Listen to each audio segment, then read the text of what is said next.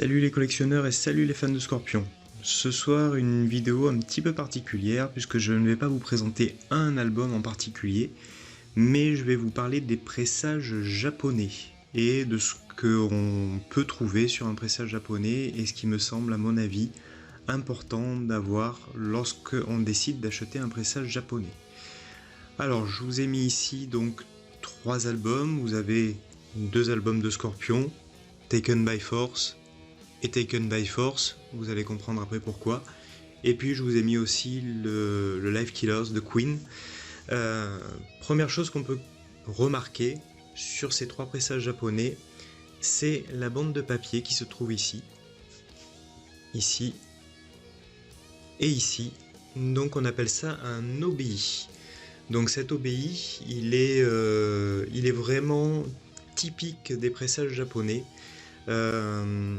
Et c'est très important si vous souhaitez vous lancer dans la collection.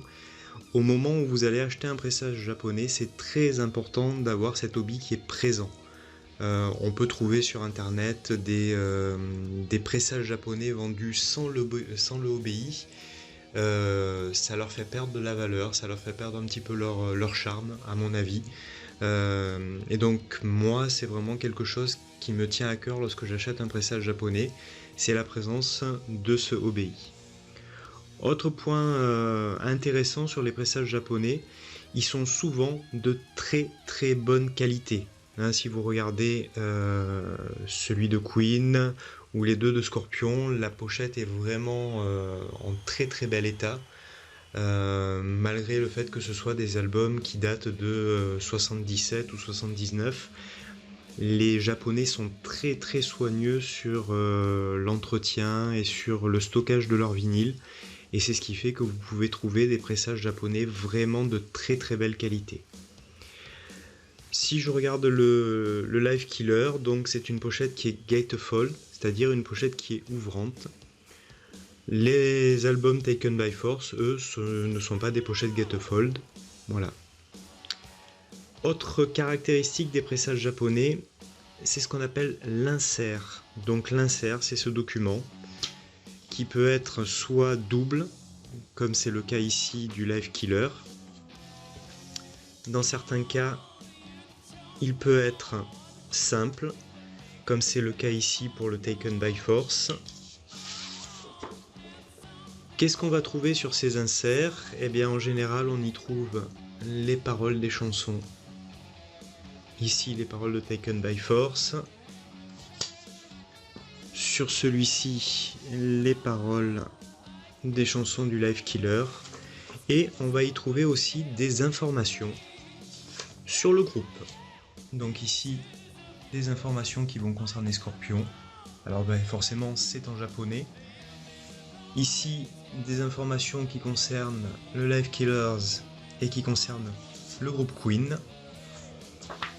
Même chose, la présence de cet insert dans le pressage japonais que vous allez acheter, c'est vraiment quelque chose qu'il est important de vérifier avant un achat.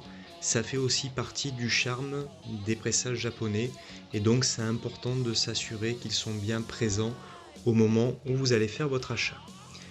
Alors, vous avez vu que j'ai 2 fois l'album Taken by Force. Pourquoi? Eh bien, maintenant, on va aller voir au niveau du vinyle. Alors, je les laisse dans leur protection, hein, parce que les vinyles japonais sont de très bonne qualité, hein, de la même façon que les pochettes sont d'excellente qualité. Là, j'ai un vinyle qui a dû être joué peut-être 3-4 fois, pas plus. La qualité des sillons, la qualité du son est vraiment exceptionnelle. Donc je préfère le laisser dans sa pochette de protection. Pardon. Alors, celui-ci c'est le pressage, on va dire classique.